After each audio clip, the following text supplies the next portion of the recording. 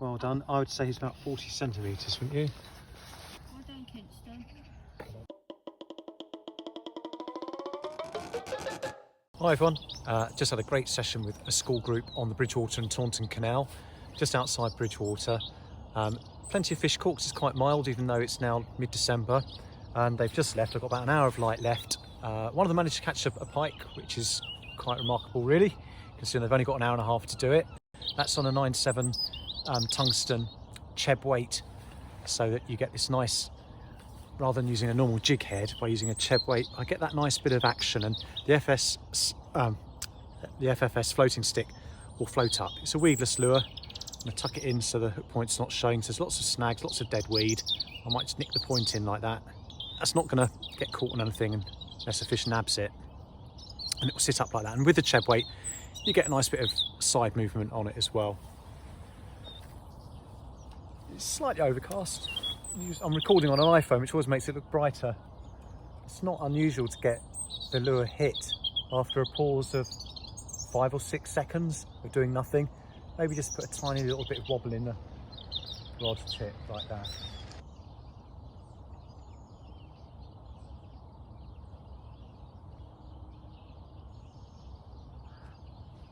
There we go, fish on.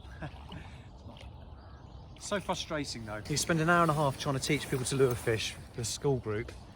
You know, 3 or 4 pupils, sometimes all fishing at the same time, they can't catch fish. Trying to put that action into words is very, very difficult. So the only time I'm moving that reel handle is when I've done enough vibrations on the rod tip to cause the line to go slack. I'll then turn the reel handle to pick up that slack as I bring the rod tip back down, and then just shake it back slowly again. And almost straight away it's produced a fish. I know it's tiny, but in the winter and for an after work session, I don't mind. It's really good fun. It's a good challenge. Perfection in miniature. Off you go.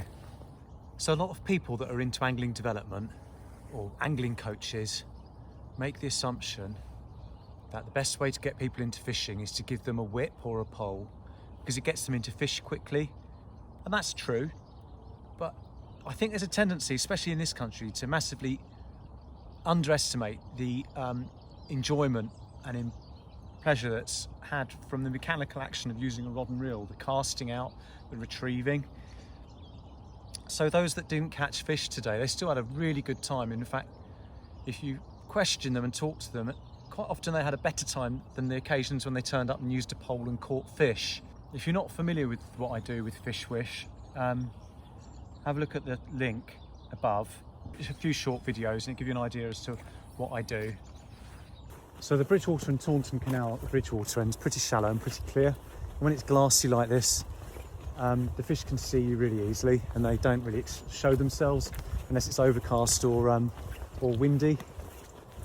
And some of the anglers have taken it upon themselves to make a few gaps in the reeds. Officially, you're not supposed to do that, but the Canals and Rivers Trust aren't doing it. So good on them, that's what I say.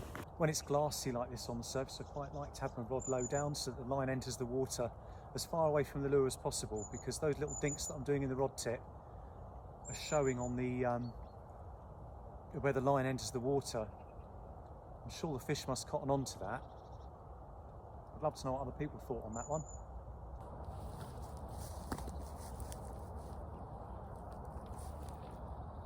I keep spooking fish.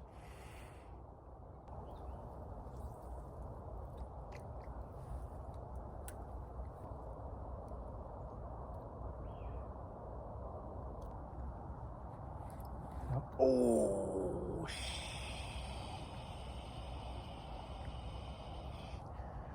sugar. I think it was probably a jack because it got hit and travelled quite quickly. Well, there's no teeth marks in it, so perhaps it was a perch. What is that?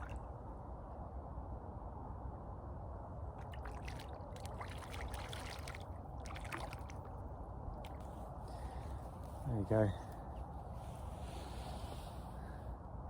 I don't mind these big lures. I just wish the kids in the school groups could catch them. I was rushing that one in as well. with the amount of leaf litter, branches and detritus down on the bottom here, it's the only reason why I impart that occasional, there we go, oh no, go! What I was gonna say was it's the only reason why I impart that sudden motion to wash off the stuff that gets, any stuff that gets caught on the hook. That was definitely a perch, and it was a good one as well.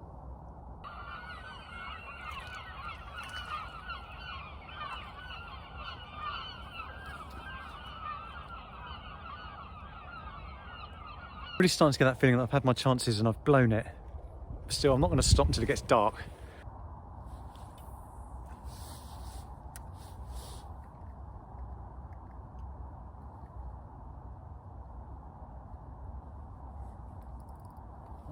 Perch, that's a pike. It's a shame. Really thought that was a perch.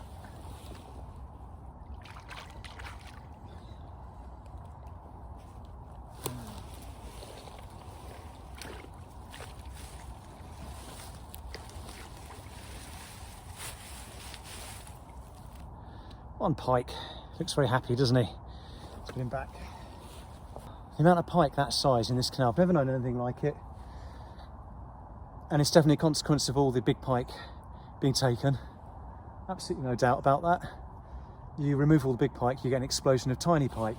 It's nothing to do with the fact that I'm using a small lure. Always check the line after a fish like that, even though it was lip hooked. The line's absolutely fine. Yeah, time to call it a day, I think. One more cast up there, there's a high bank, I've got a cast to it. Now how on earth does an angler lose that in a tree? A sprat. Looks like it's on a trace. But then why would the line snap? How come they couldn't get that back out of the tree? Right, time to go home, thanks for watching.